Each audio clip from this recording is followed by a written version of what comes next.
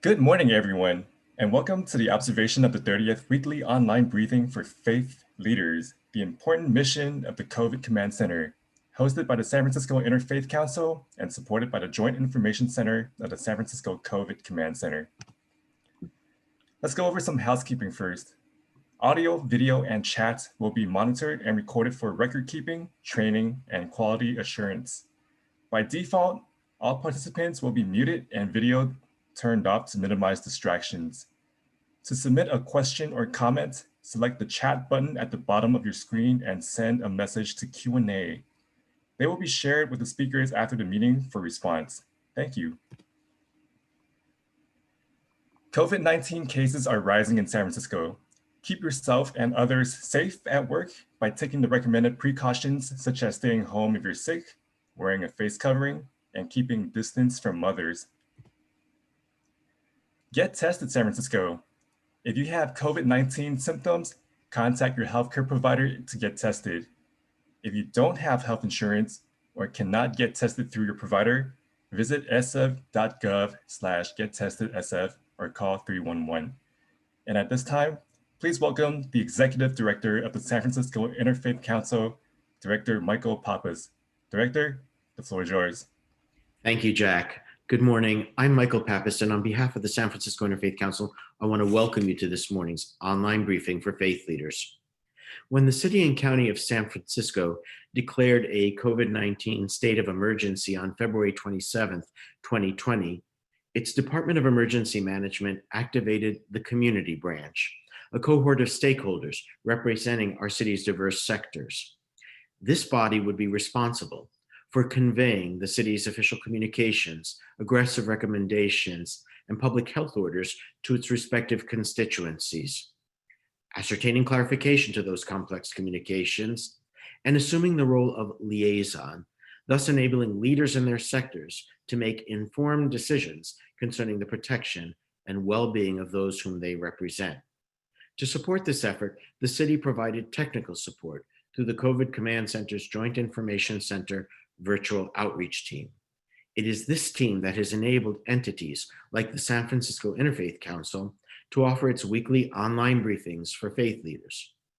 As the San Francisco Interfaith Council observes its 30th briefing, we acknowledge the important work of this technical support team and seek to shine a light on its broader and more expansive work throughout the city and county of San Francisco.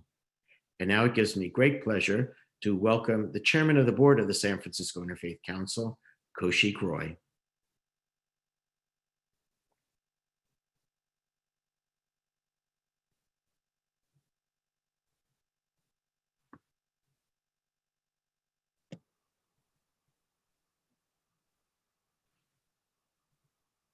Kaushik, you need to, there you go. Now, there we go. Can you hear me now? My apologies for the technical mishap. Good morning, everyone. My name is Kaushik, and it's my pleasure on behalf of the Board of Directors to say welcome to all of you. As Michael mentioned, after a very well-deserved brief respite of 2 weeks, we are back for our 30th hosting of these incredible conversations. We had 28 weeks in a row prior to that. And even though our world is very much fraught with tremendous challenges, the world today is certainly also much different than the world we left when we last met. And I am very happy that we get to go ahead and spend some time at the COVID Command Center's Joint Information Center, because they are very much unsung heroes in the work they do, not just with the council, but really for so many folks in the city. So I'm looking forward to that as well. I want to give a special welcome to those of you who may be joining us for the first time. At the beginning of every Interfaith Council event or gathering like this, there is an interfaith statement we like to read just to remind us why we all gather together. And I'll just do that now and we'll continue with the program. This is an interfaith community. Whatever our individual belief, it can be freely expressed here with no apologies. If we're invited to offer a prayer in this setting, it should be offered according to the tradition with which we identify. If we are invited to speak on a subject from the perspective of our tradition, we are free to do so without fear of offending those who come from another tradition. We come together as people of faith to learn from each other that we might better understand the multiplicity of faith traditions in our city and in our world. Good morning, everybody. And I want to thank you, Kaushik. I don't know if everybody online realizes, but we only have a staff of 2. And in order to do what we do, we need strong leadership from our board and especially the chairman of the board. And I want to thank you for the commitment that you have made all of these weeks to be with us, as well as your leadership as chairman of the board. God bless you. And now it gives me pleasure to welcome another member of the board of directors of the San Francisco Interfaith Council and somebody who has been very engaged with the work of the COVID Command Center's Joint Information Center Virtual Outreach Team, the Reverend Vanessa Rush Southern, Senior Minister at the First Unitarian Universalist Church of San Francisco.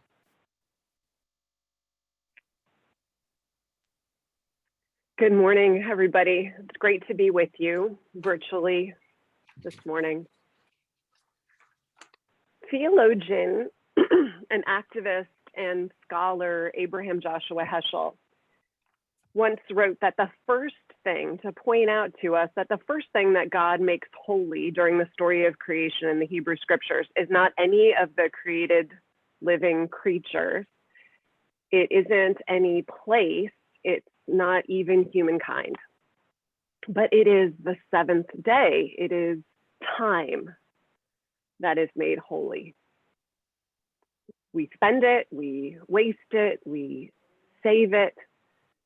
But biblically, he reminds us we are meant to experience it as holy. My minister growing up, Forest Church, used to say eternity is not a length of time, but it is depth in time. So I'd invite us to enter into a prayer that marks this 30th week of time that we have been setting aside to be together in this larger chapter of time that is marked by illness and unity. So I'd like to invite you to pray with me this morning. God, we know by so many names and no name at all. God, who is the love we know that sees no boundaries as more important than the invitation to connect and to care for one another. God, who grants insight during uncertainty, helps us find wisdom in moments of pain and heartbreak. God, who calls us to service and the demand to live a life worth dying for. We thank you for the strange gifts of time in this chapter of struggle. For quiet mornings in a city stilled by stay-at-home orders, when ordinary city streets felt like cathedrals, with trees officiating over a communion of sky and birdsong. For long days at home together, no distraction from the unfolding of each other's lives. The siren call we heard in those days to reconnect with loved ones, to dust off old friendships, all of it made possible by the strange and gorgeous miracle of phone and conference call technologies repurposed for love. Thank you for this community. All of us offering our way up the mountain to our flocks and clients, but these weeks and months pass, finding our way more deeply into each other's keeping. One flock, a city, its people's survival, under one group of leaders, pooling wisdom, naming uncertainty, stumbling and courageously forging a way forward, never alone. For all we have lost, we mourn. So many good people taken too soon by something we could not stop in its tracks fast enough to protect them. For all we have protected by our shared sacrifices, we give thanks for larger vision. For all we will be asked to be and do, to discover together and to make possible together, as we move forward through this, we ask for guidance and we ask for endurance. And for this time, hours like it, in these 30 weeks of gatherings through pandemic, a chance to connect, one more way we found to grow wiser and stronger together. For all the blessings that we've found, even in these hardest of times, especially for one another, we give thanks. May wisdom, beauty, love, and service continue to animate our work separately and together. Amen. Amen. Thank you. It is said that confession is good for the soul. And I'm going to start these introductions of our featured presenters with a confession. When I began this work over 13 years ago, I knew that the core missions of the San Francisco Interfaith Council were homelessness and disaster preparedness, because we came into existence by a call of city government to help respond to an emerging homeless crisis 30 years ago, as well as in the aftermath of the Loma Prieta earthquake. And I knew that at some point we would be called again by the city to respond to a disaster. And in my own mind, it was an earthquake. And how were we going to be able to communicate with one another in the event that power was out? Never in my wildest dreams did I imagine that the crisis that we were going to have to respond to would be a pandemic.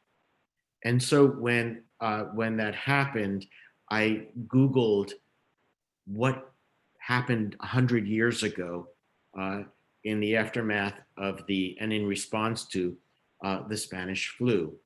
And I found a few articles from newspapers in terms of how the faith community responded, but it was little and not very helpful. In 100 years, should we suffer another pandemic, what the virtual outreach team of the COVID Command Center's Joint Information Center has provided is really a roadmap that will help in terms of responding, and how public and private partnerships work so effectively. I want to say a very special thank you on this 30th anniversary to the team. We are very blessed to have with us today John McKnight, who is the Community Partners Group Coordinator, COVID Command Center, Joint Information Center of the Department of Emergency Management. And John also serves as the treasurer of the San Francisco Interfaith Council, so there is some connective tissue there. Also from the Department of Emergency Management, we have Jacqueline Ortiz, who is the JIC Community Outreach Team Lead, and Trey Russell Allen, Deputy Director of the Information Dissemination. We've asked them here today to celebrate our work together, because as I mentioned in the opening remarks, what we have been able to provide coming from the JIC has enabled our faith leaders in San Francisco and the 800 communities of faith and religious organizations to make informed decisions on behalf of those whom they've been called to protect. And so we thank you. And I'm going to turn the floor over to these three wonderful folk for their presentation, and then we have some questions for them afterward. John, do you want to kick us off? Thank you, Michael. Grateful for everyone being here this morning. My name is John McKnight, and as Michael told you, amongst many things, I am his treasurer. So happiest person in the world because I work with such a wonderful organization. And it was several months ago that Michael gave me a call and asked me to represent the Interfaith Council at what was then the Forming Emergency Operations Center.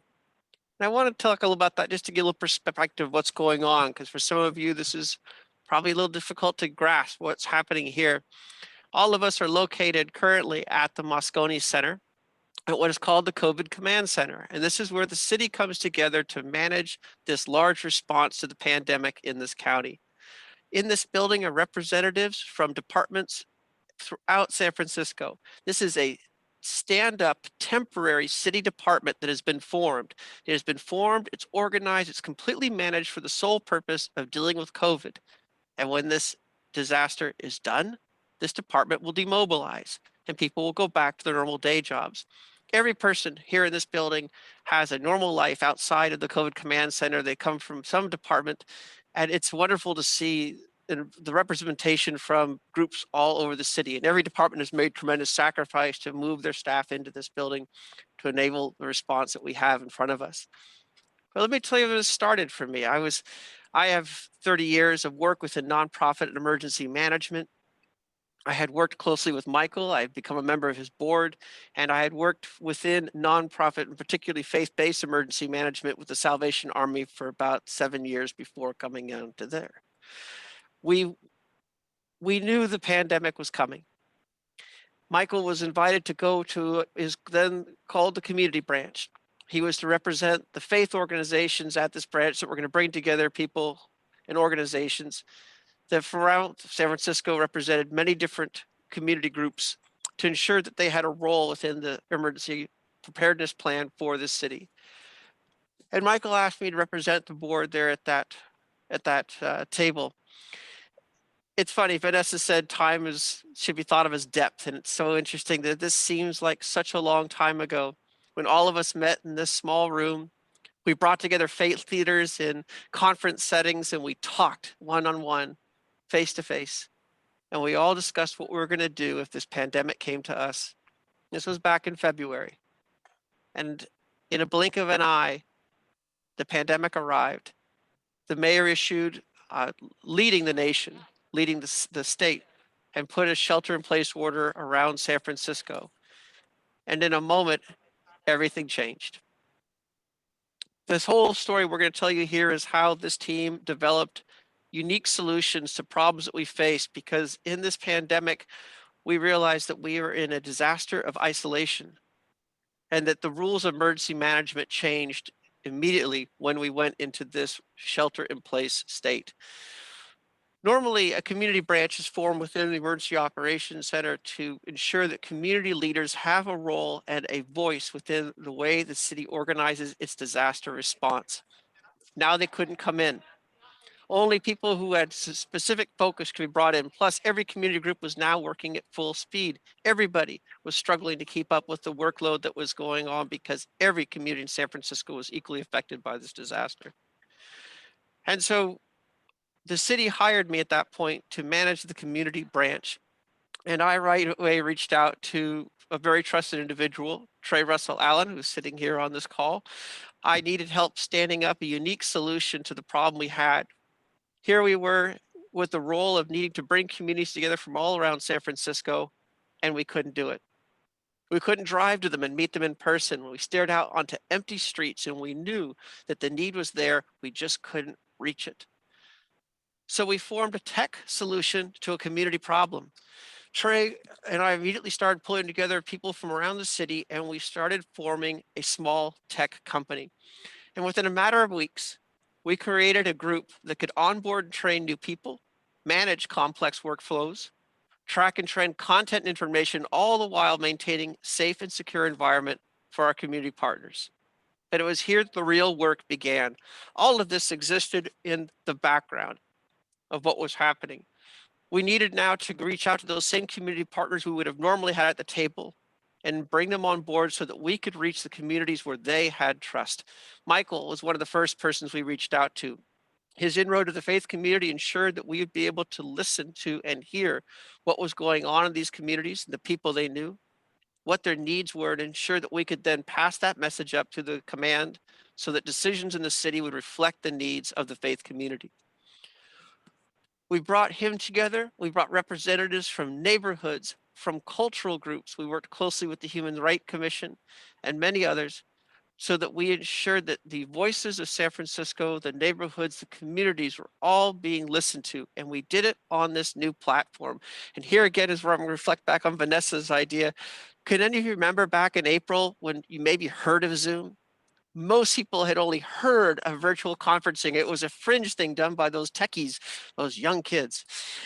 And suddenly the world needed to be brought up to speed. And though it puts a smile on my face to remember that day, what we were faced with is the issue of trust. All of community engagement is a trust building matter. People have to know they can trust us when they talk openly about their needs, about their concerns. And we were now doing it on a platform that they were new to. So Terry would stand up teams. Every call we have, every event like this, there are 3 to 5 people behind the scenes, invisible to you, who are ensuring that all the technical issues, security, and note-taking is happening so that this meeting can convene with us out of sight, but the community leader, like Michael, speaking to you. The real mission of the community branch is not to run a technical event. This was our solution to bringing communities together that were affected by isolation. Our mission is to listen. And on each of these meetings, we convene community leaders so that we could listen to the needs of the communities, report those needs up through our channels, and let them be known. So here was our new world. A technical team sitting where community leaders should normally be to convene communities from across San Francisco across a new platform. It was a wonderful solution to the problem of how to ensure the city still could listen to the members of our communities around San Francisco. And of course, it's only here because we had such great people step forward and take on the role of leadership in this time. The first person I want to hand this off to is the person who made this team possible, who led its construction from the very beginning, my friend from the Neighborhood Empowering Network, Trey Russell Allen, who continues to lead the team today. Good morning. Thank you, John. Wow, I can remember, those first few days where we were, standing up the branch and how exciting it was. Well, good morning, everyone. It's good to be with you today. My name is Trey Russell Allen, and actually, my dad is on the event today. So, hi, Dad. I grew up in Bakersfield, California, in a home that always valued prayer and sacrifice and fellowship. Today, I was having waffles. I can remember Dad giving me the last waffle on the table. That was the family I grew up in. And, my dad actually is also a minister of the Assemblies of God faith. And he's like one of you, if running a church wasn't enough, he would be in men's ministries and working with the Royal Family Kids Camp. And so being with all of you today, I feel right at home. And thank you, Michael, for having me. In early April, John, Daniel Holmesy, and a number of other people and myself began to grapple with the fact that the virus would prevent us from meeting people in person. We knew that our new reality would be virtual meetings, but none of us knew that everything from education to visiting the doctor, to ordering groceries, to having our worship services, to celebrating birthdays would all move to digital platforms. Certainly, the one thing I miss most is the gym. I do confess. Yeah. Not only would our personal lives move online, but so would our professional work environments too. And so for many of our city agencies, for many of our nonprofits, and for business, our our team, the virtual outreach team, was such a lifesaver. We supported city agencies and others with trainings, workshops, community engagement events, press releases, tabletop exercises, town halls, listening sessions. The list goes on. We were and we are the one-stop shop for any type of online convening that city departments need.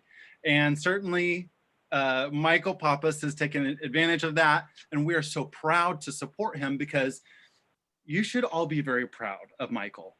He has brought in the most star-studded lineup of speakers, subject matter experts, and professionals to provide the faith community here in San Francisco, and we know his list is statewide and even nationwide, with the best information, with the latest updates on how faith communities can respond.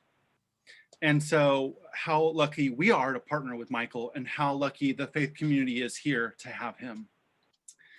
And so, you know, I want to take a minute. I want to show you a picture of our team. Now, this picture is sadly the day that we said goodbye to the lovely lady in green in the middle. Her name is Lynn Maes. You probably remember her from her calming voice every morning, greeting you to the San Francisco Interfaith Council weekly meeting. She left us to be with the library. That's where she originally came from. And so you should know that all of the team members that support this COVID command center and the virtual events program all come from different agencies and departments. I come from the city administrator's office. You can see Nick here from adult probation, Jack, who's online with us today from the airport, Lynn, I said library, Hafisa. Where's Hafisa from, John? Is she from Treasures? John, Salvation Army and Fleet Week and a number of other places. And our next picture, you'll see a little mashup I did of our other staff. Now, of course, Nancy Pelosi's on staff and the mayor. Kidding aside, these are a number of our dedicated staff members that come from different agencies that had no training in Zoom and production and design for the most part. They were coming from adult probation and Rec and Park, but they knew that supporting our city as we dove into what would be the unknown. They are committed individuals. And as much as we make fun of government bureaucrats, I can tell you that every single one of these staff members is passionate. They will work late hours, even though our HR says don't do it, because they're like, no, that meeting means something to me. They'll work on weekends and we're like, don't do it. That's how committed these people are. And in a minute, we're gonna go to Jackie Ortiz. She's another one of those members of government that is going above and beyond the call of duty. So the next slide, I want to talk about, you know, we did have Nancy Pelosi on, the speaker, here on this program. You may remember a few weeks back, we've had the mayor and others. And so our own team celebrated 250 events. We've actually provided 414, but here we have an event where we had Director Davis of the Human Rights Commission, Director Pappas, your very own, truly, and then we had Director of Workforce Development, Joshua Arce, Chief Operating Officer Boyo of Zuckerberg, Isabel Flores, and Robin Abad of the Marin Food Bank and Planning Department's Shared Spaces. Those are those cool shared spaces that help some of our businesses operate outside. So we've done so many events, and I'm really so proud of all that our team has done. We were a mighty team of about 14, and now we're pressed because the budgets are coming down, and we are a slim team of 6. We have produced over 414 events.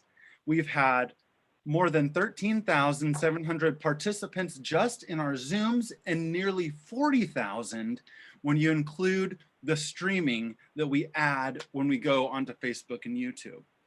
And this is just from April 3rd. We have produced 40 language events. That's either monolingual Spanish, monolingual Chinese, or interpreted into other languages other than English. And as always, there is a commitment to reach those hard to reach neighborhoods, especially the southeast corners in districts D11 and D10, where we've had a record number of 58 events focused on those neighborhoods. So we've got a lot more for you coming up. And I want to go now to someone who has been an integral part of getting the message out to our community.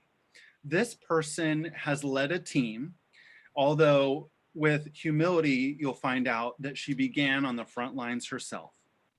And as that team grew, as she built that team, she, in her own passion, wanted to ensure that people that couldn't access Zoom could access the information that the COVID Command Center was trying to communicate. She's a person dear to my heart and a great member of the team. I would like to introduce now our very own Jackie Ortiz of the Community Outreach Team. Thank you, Trey. I appreciate that. Good morning, everyone, and thank you for having me present. My name is Jackie Ortiz, lead of the outreach team. I was ready to say Deputy Chief of Victim Services in the DA's office and realized that that was my past job 8 months ago, and currently I am the lead of the outreach team. I was deployed in March 17th on the first day that we went into shelter in place.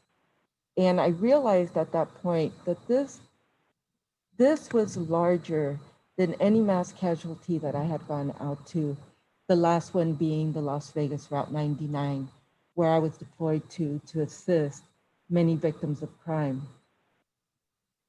On March 17th, I was deployed here to be a lead, and instead, I ended up being part of the team and going out and canvassing our neighborhoods. My first boss was John McKnight. And so that's where it all began. We started with a small team of 8 people with one car. We would all jump into the car with our signage and flyers and door hangers. And, you know, we didn't have masks at the time. We didn't have gloves on at the time. And we were all packed into one car, actually a big van. And we would be dropped off in certain sections of San Francisco to place the signage and door hangers, et cetera, and to meet with merchants.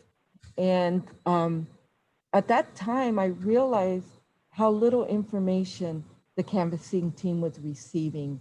Although there were lots of talks of COVID-19, we were just told to push out this collateral without any real message why it was going out. And so 2 weeks later, I became the lead of the outreach team. And the first things that our upper management asked me is, how can I make this run better? And I said, give me 40 people and 25 cars.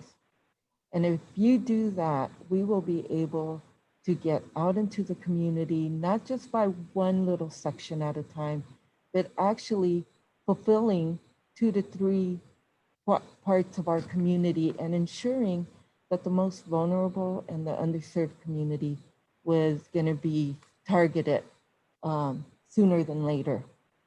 And at that point, a week later, we received those 40 staff members and we received the 25 cars. And all of a sudden I had this huge team and we needed to work real quickly on maps and what collateral they would be taking out and why they would be taking it out. And so we started our journey. And what we found was during that time, and I really talk about our team because our team is boots on the ground, always putting themselves at risk because they are with the people and our community. And they're the ones who are constantly out there. What we did was we ensured that we hit the most vulnerable and the underserved community first. We made sure that we had the capacity for language. That meant that if they went out into the Chinatown area, that we had folks who could speak Mandarin, Cantonese, and any extra language that might be needed out there. We had Russian at the time. We had Vietnamese and Spanish. And so we were able to get out into the community and really focus our time in educating. And I talk about that because I think everybody always thinks that all we do is push posters and signage and flyers and door hangers. But the reality is our team has become a part of the community. They educate them, they educate the merchants. And, you know, it's really exciting work because what has happened is the blue vest that we wore, we used to wear a light blue vest. And then one day, one of our leaders said, you know, Jackie, you really need to get different vests for your team. You need a vest that will show who they are and that they're part of the city.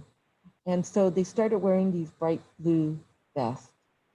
And after a week and a half later, all these people would come to them as soon as they got out of their car.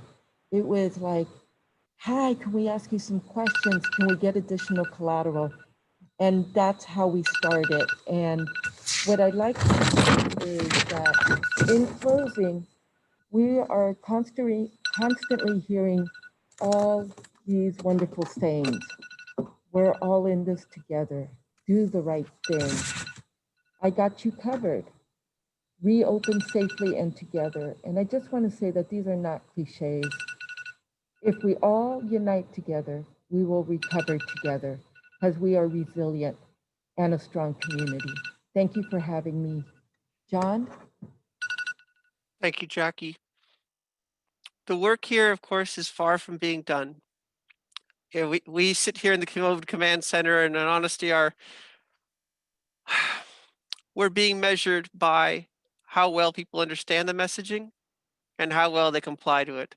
But our success is constantly measured by how well our COVID numbers are looking. And right now, they're looking bad. Now, in all fairness, they're looking bad worldwide.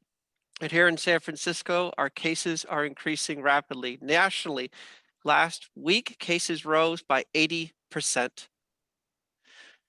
We're very concerned about the upcoming holiday season. We're very concerned because we know that right now the largest population of people with COVID are 20 to 30 years old.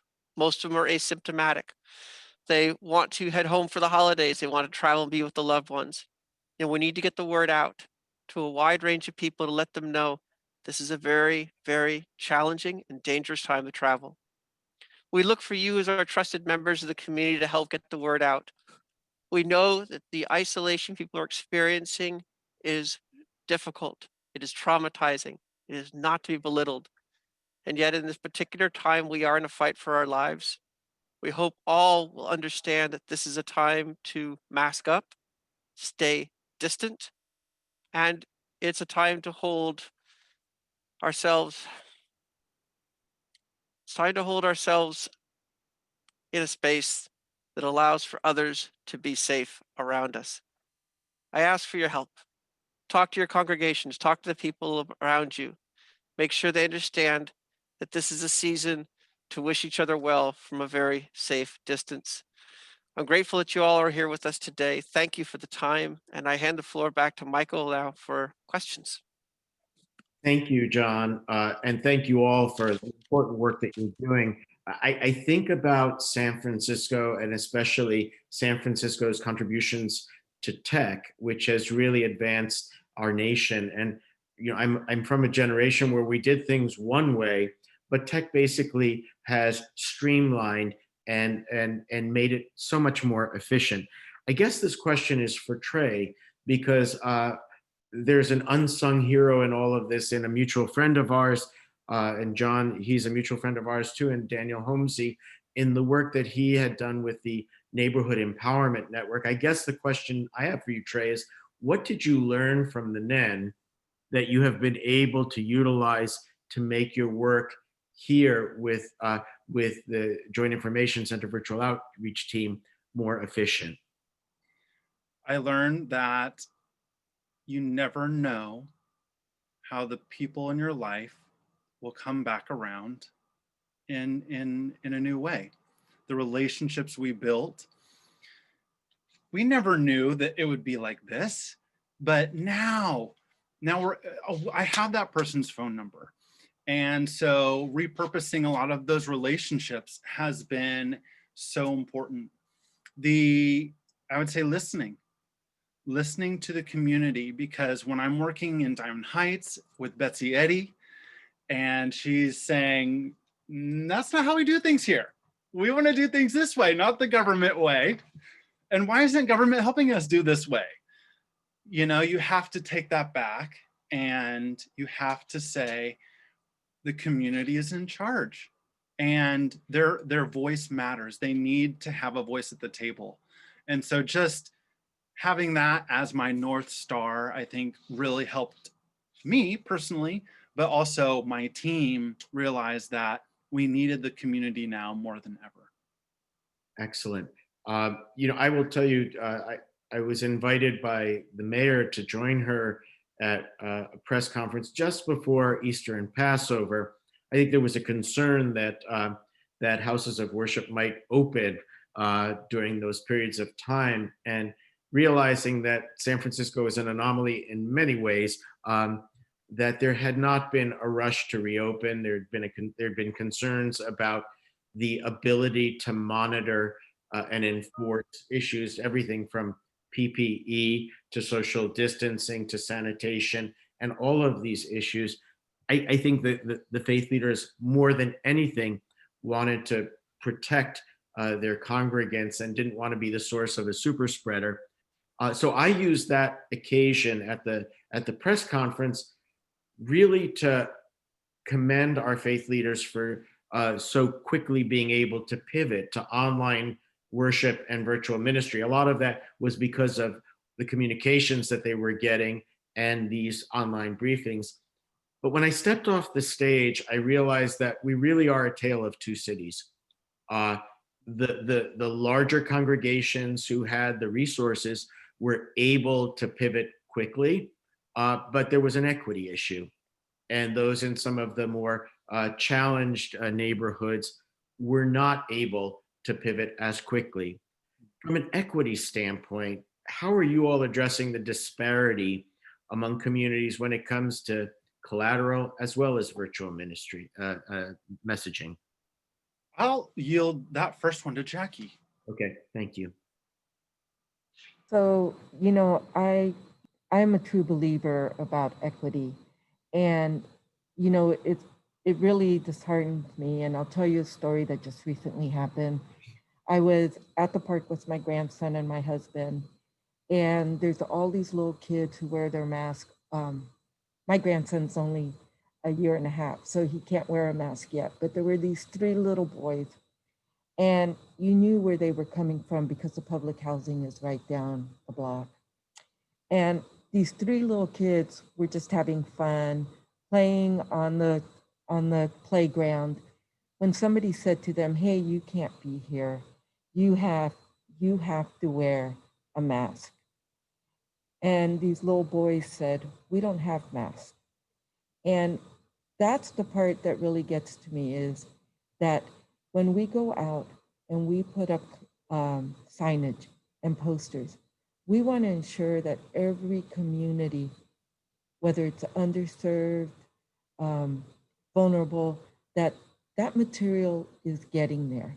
That if I had the opportunity and had been carrying masks, which sometimes I do, I would have given these three boys those masks.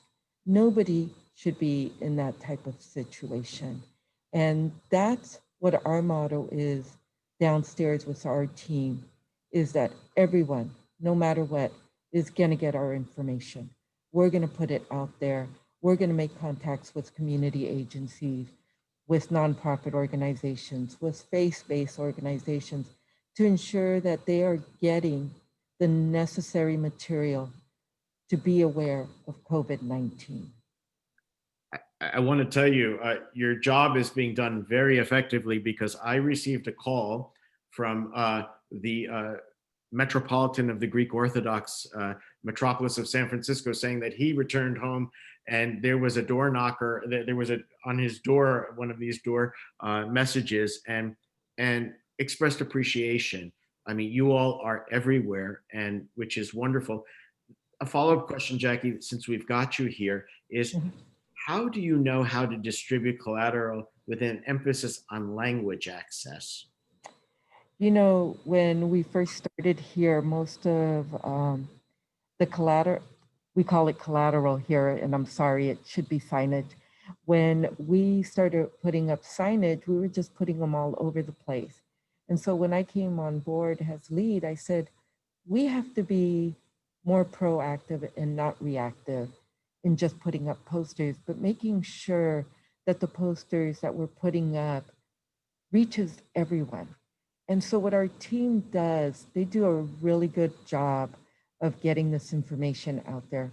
We know that San Francisco is a melting pot of so many different cultures, that we know now that Mission Street is no longer just Latinx members, but that we also have Chinese members, we have Russians, we have Jewish.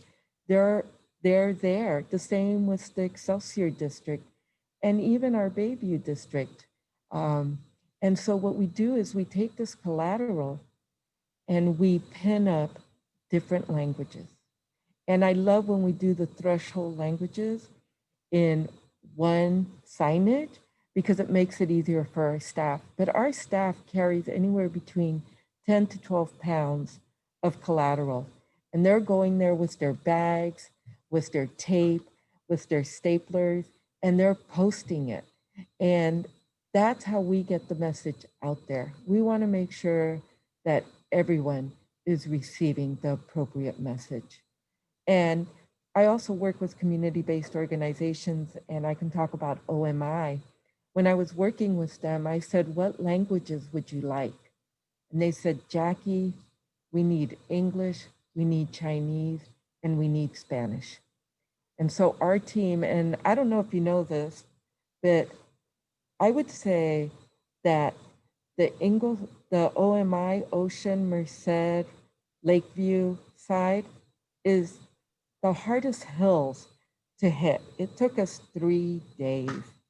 And we posted all this collateral out there, not just about the virus, but also about the get tested, because we need to get more people to the testing sites, those that have not used it and don't know if they have COVID-19.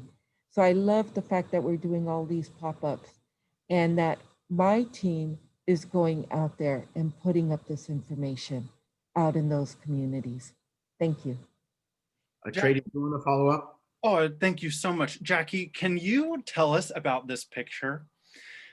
Tell us about this time that we went to a Cafe Envy, and so you didn't just hand out collateral and signs. What was given to people there? Yeah, so if you see, there's only one person that's showing, and that's Marisol. Marisol has also been part of Carnaval with our other members, and Santos has been with our community outreach, and Elaine has gone out to testing sites.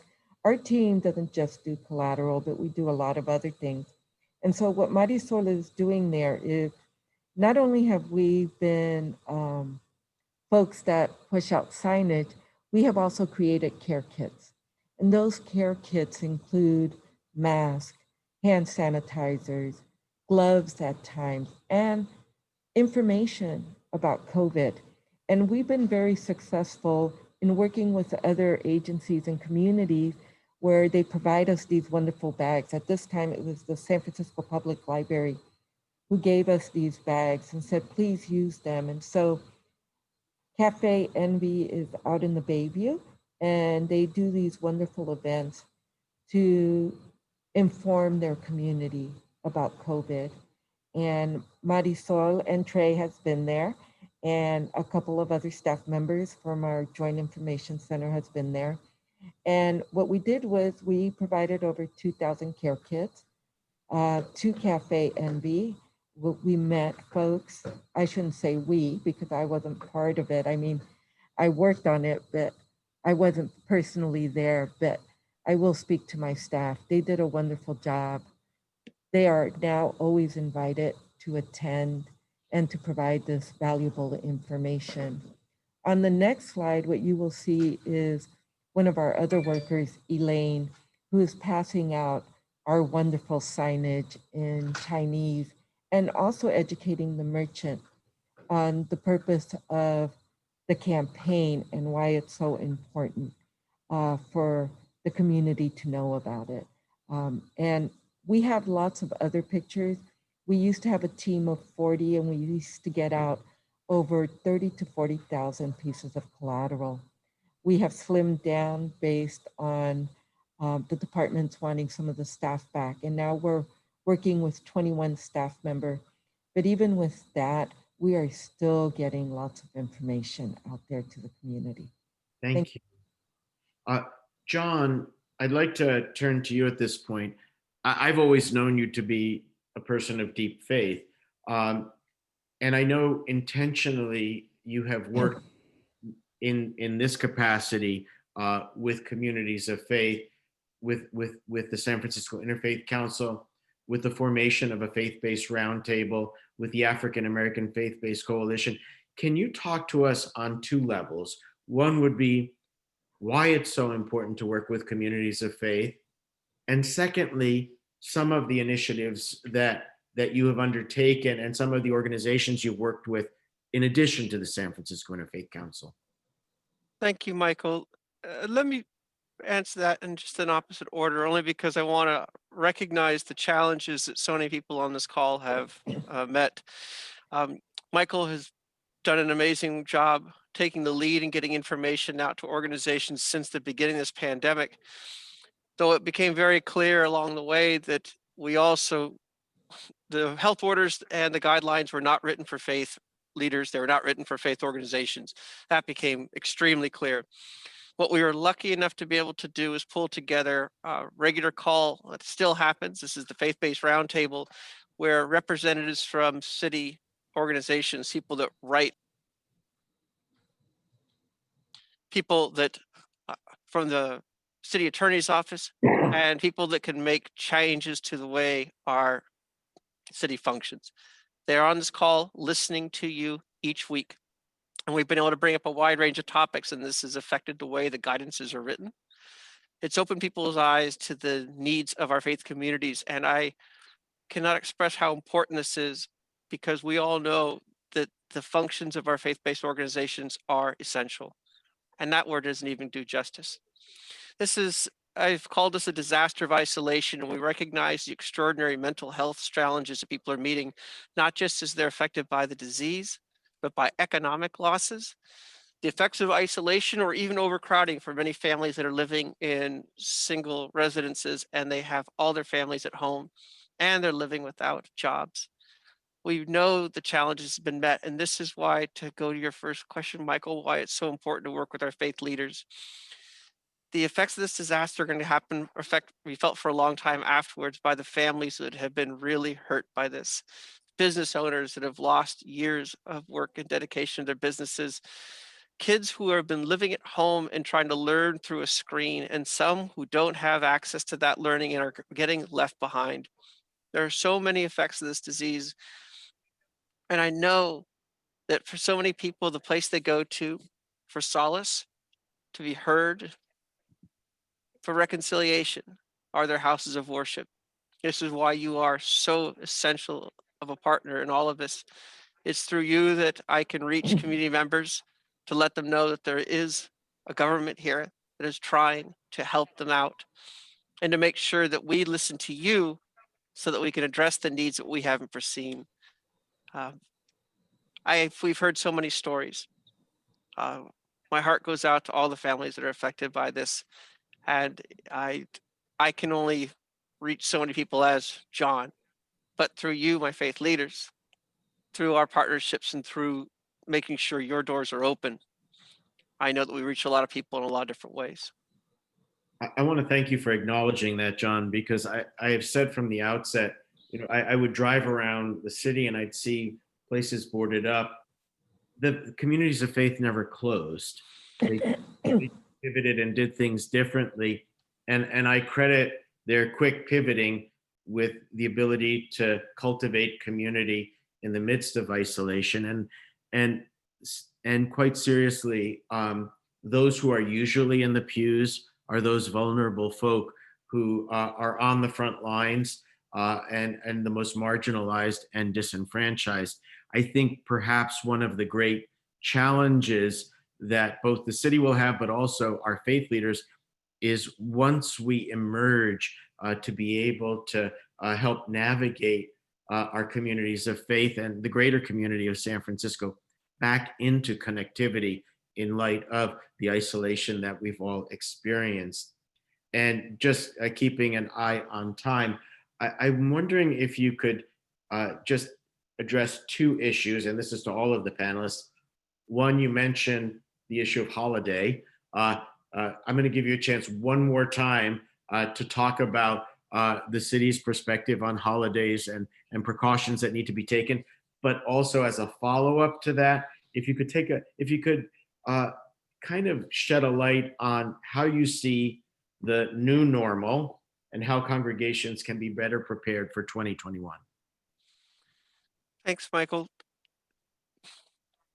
The new normal is going to be interesting to see how it comes out. Right now, I know that Vanessa, as a perfect example, so many faith leaders, even when the opportunity came to open the doors, they agreed that their congregations wished to remain at home. I attended a service at Third Baptist Church, this beautiful church with such a vibrant community, and there were 15 of us. Even as people take extraordinary precautions, and I want to say every faith organization I visited is doing an amazing job at taking precautions, and yet the people don't want to come into congregate settings yet. And how long it's going to take, even with a vaccine, for that to change is unknown. So I would say for all of you here, the new normal is us doing greater outreach than normal. We can't rely on people coming to the doors or us being able to go to theirs. We here at the COVID Command Center set up this virtual outreach so that we could do the work we would have normally done in person, and we're doing it technically.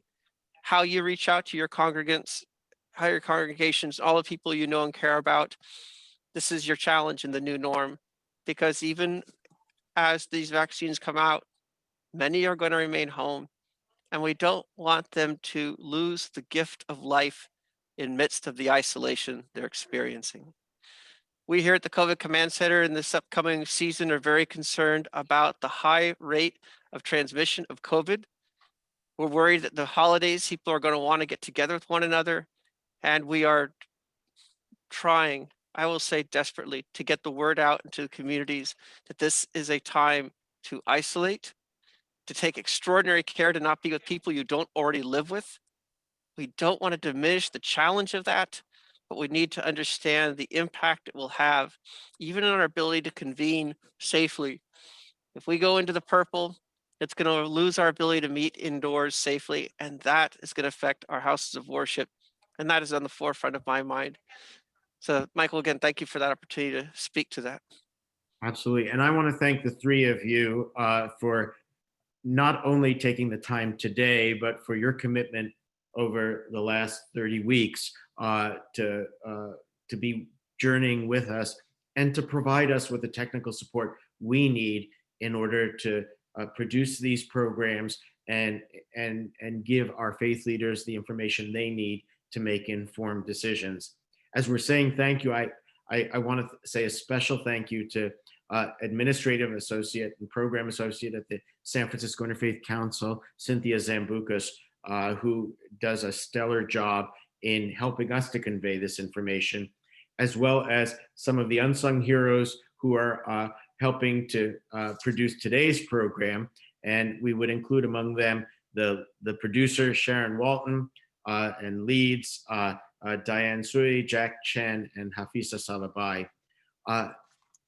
Traditionally, on the Tuesday before Thanksgiving, 400 community leader, faith leaders, and civic leaders gather for what we call the Interfaith Thanksgiving Prayer Breakfast. Because of the pandemic, we will be gathering virtually next week, thanks in great part to the COVID Command Center team. We will be joined by the Speaker of the House, Nancy Pelosi, and we will welcome all of you to that gathering. And with that, I want to wish all of our constituents and those who are attending these gatherings and all San Franciscans a very healthy and happy Thanksgiving. This concludes today's program. And thank you everyone for joining the observation of the 30th weekly online briefing for faith leaders, the important mission of the COVID Command Center. Once again, this meeting is hosted by the San Francisco Interfaith Council and supported by the Joint Information Center of the San Francisco COVID Command Center. Thank you all and have a great rest of the day.